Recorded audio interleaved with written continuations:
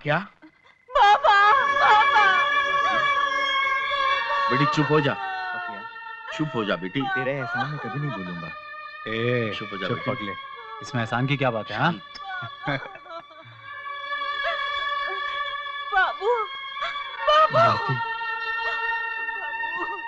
लेकिन पकिया, अगर इन जालिमों के जुल्म इसी तरह सर चढ़कर बोलते रहे तो एक न एक दिन पूरी बस्ती नंगी हो जाएगी। लेकिन बाबा, मंत्री जटाशंकर पांडे की ताकत के सामने तो हम बस्ती वालों की कुछ अहमियत ही नहीं है। तुम लोग सिर्फ दबना जानते हो, लड़ना नहीं। क्योंकि तुम लोग को सिर्फ एक ही शब्द याद है, बचाओ बचाओ बचाओ।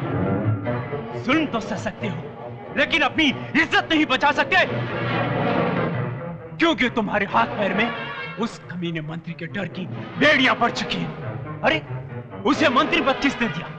किसने दिया? तुमने, तुमने और हाँ तुमने।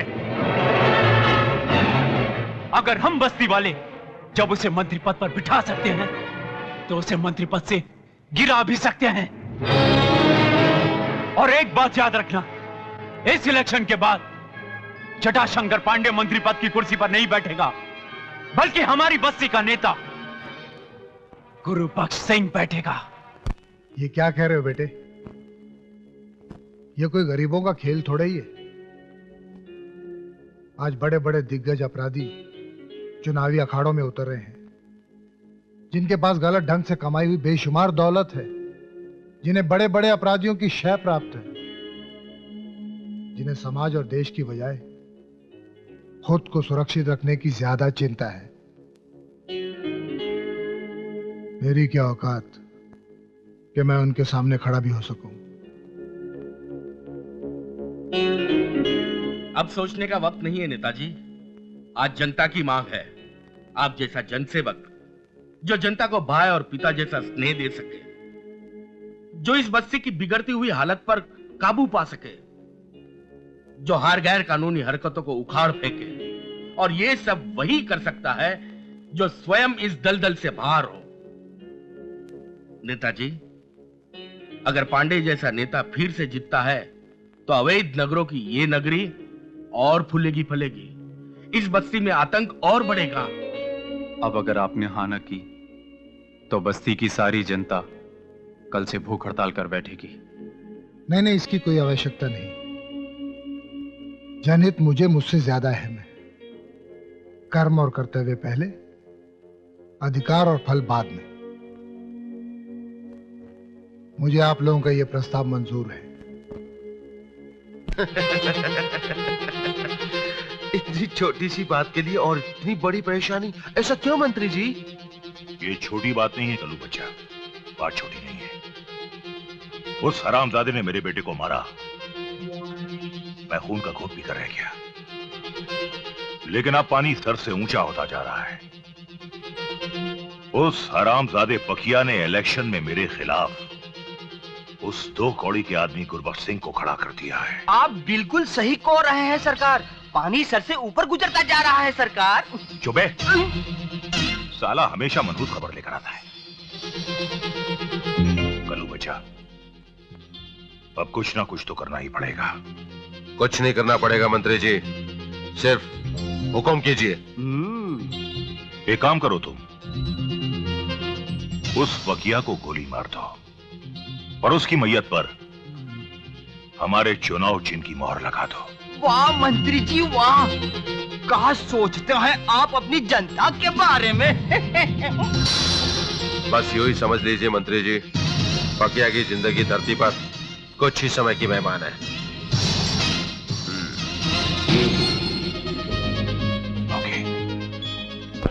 छपरी, वो चौहान साहब के दफ्तर में चाय दिया कि नहीं? कोई होता जिसको अपना हम अपना कह लेते यारो, पास नहीं तो दूर ही होता, लेकिन कोई मेरा अपना।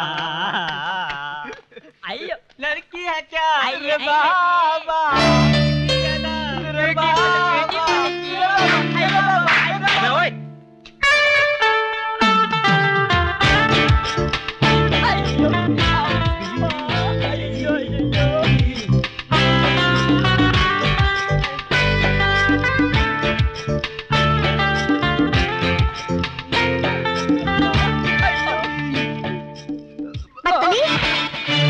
ये क्या बदतमीजी है?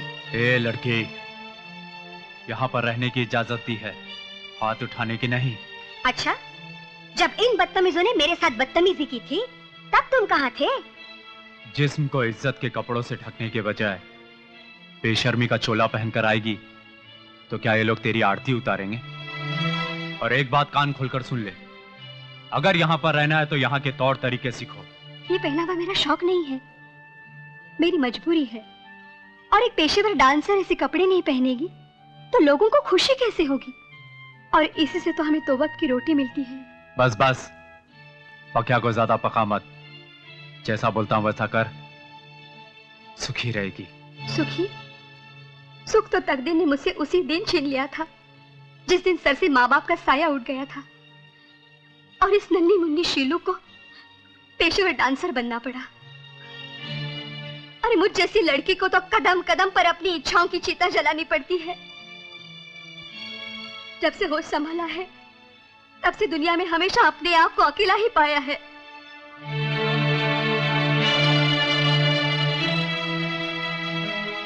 इंसान हमेशा अकेला आता है, अकेला ही जाएगा। ये रिश्ते नाते सब यही बनते हैं।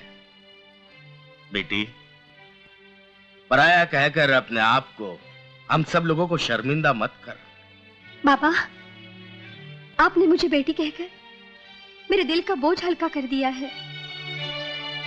आज से अपने आप को अकेली मत समझना, हम सब लोग तुम्हारे साथ हैं। अम्मा, हमने जो आपके साथ हरकत की है हम माफी के लायक नहीं जी, फिर भी हमको माफ कर दो जी। तो इस खुशी के मौके पे चाय के जश्न हो जाए। तो फिर इधर खड़ा खड़ा क्या कर रहा है? जा चाय जाके चाय ला। चाय बोल रहे। आइए हम चाय पिए जी। अच्छा बाबा, हम चाय पीता। नहीं, अच्छा बाबा मैं चलती हूँ, मेरा होटल जाने का टाइम हो गया है। अच्छा अच्छा, ओके जी। आइए। लड़की है बाबा।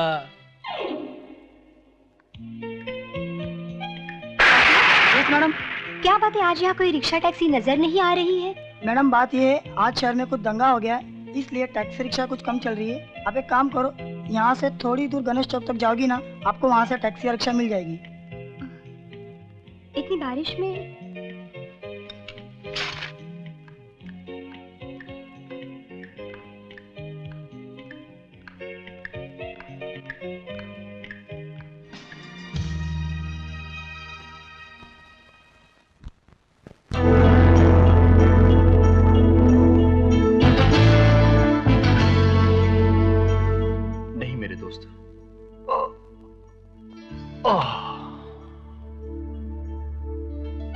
डॉक्टर ने तुम्हें 2-4 दिन आराम करने को कहा है।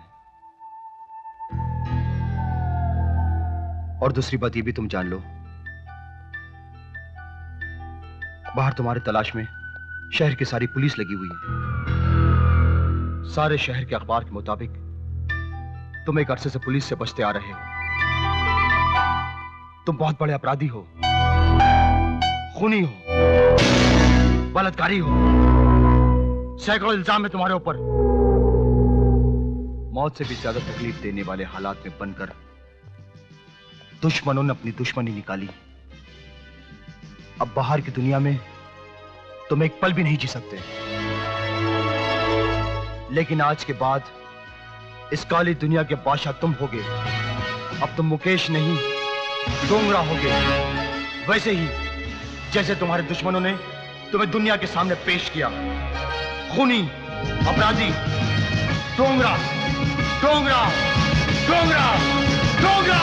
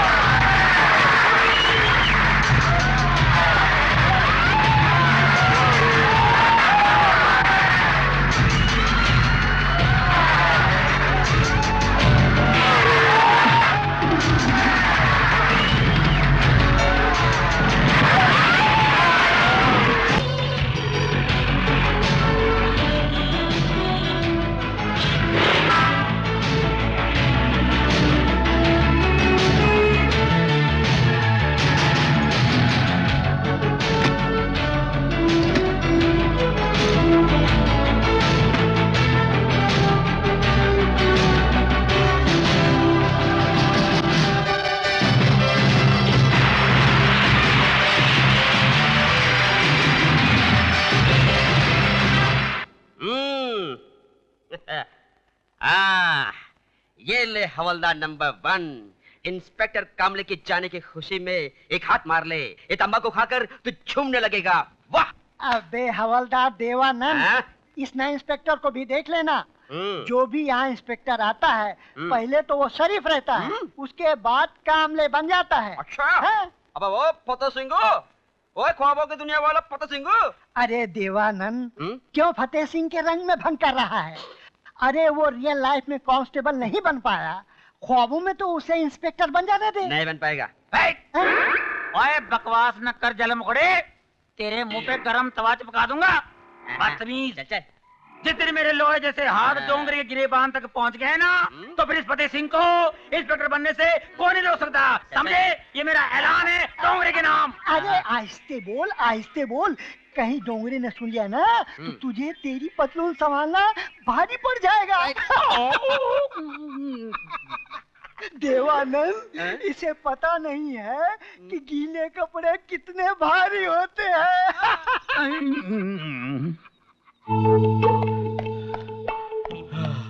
ओए की होया? आप क्यों रहा? तेरे पीछे छक्के लगे हैं? क्या कहा? अबे ओए, तेरे होते हुए उनकी क्या जरूरत है? ओए, तूने मेरे को छक्का कहा? माफ करना फटे हुए सिंह जी, अनजाने में मेरी जबान फिसल गई। कोई बात नहीं हवलदार नंबर 2, तेरे मुंह से असली दम निकल गया है। एक बोरिंग खबर सुनिए, कल हम सब की ड्यूटी बंदोबस्त में लग रही है। काय की बंदोबस्त है? सुना है फिल्म स्टार जॉनी लीवर का इस दुनिया से बैंड बज गया है, उसी के अंतिम संस्कार में हमारी ड्यूटी लगी है। हे भगवान, तेरा लाख लाख शुक्र है, मैं पूरी जिंदगी जॉनी लीवर को देखने को तरस गया। कल मुझे उसकी मैयत के साथ साथ साथ चलने का मौका मिलेगा। कल का दिन मेरे लिए कितना भाग्यशाली होगा। ओए भाग्यशाली चुप कर। ये जॉनी लीवर पिछली बार भी मरा था, वो ड्रामा करता है, पता है? उसकी मैयत लेके जा रहे थे, बाकी तो शादी की बारात जा रही थी, बैंड बाजे की आवाज सुनते ही उठ के नाचना शुरू कर दिया, पता है? ठीक है, कल तू जब जाएगा ना तो नाक चूक दबा के देख लेना और बैंड बजवा के देख लेना। अगर मर गया ठीक है, अगर नाचने लग गया सीधे ले आना, टावरे में डाल दूंगा उसको। ठीक है, समझे? चल।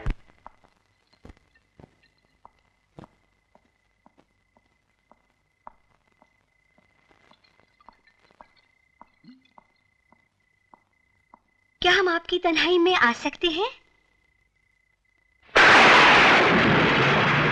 तुम? हाँ मैं। क्यों, आपको मेरा यहाँ आना अच्छा नहीं लगा क्या? अगर इतनी रात गए? और यही सवाल अगर मैं आपसे पूछूं तो?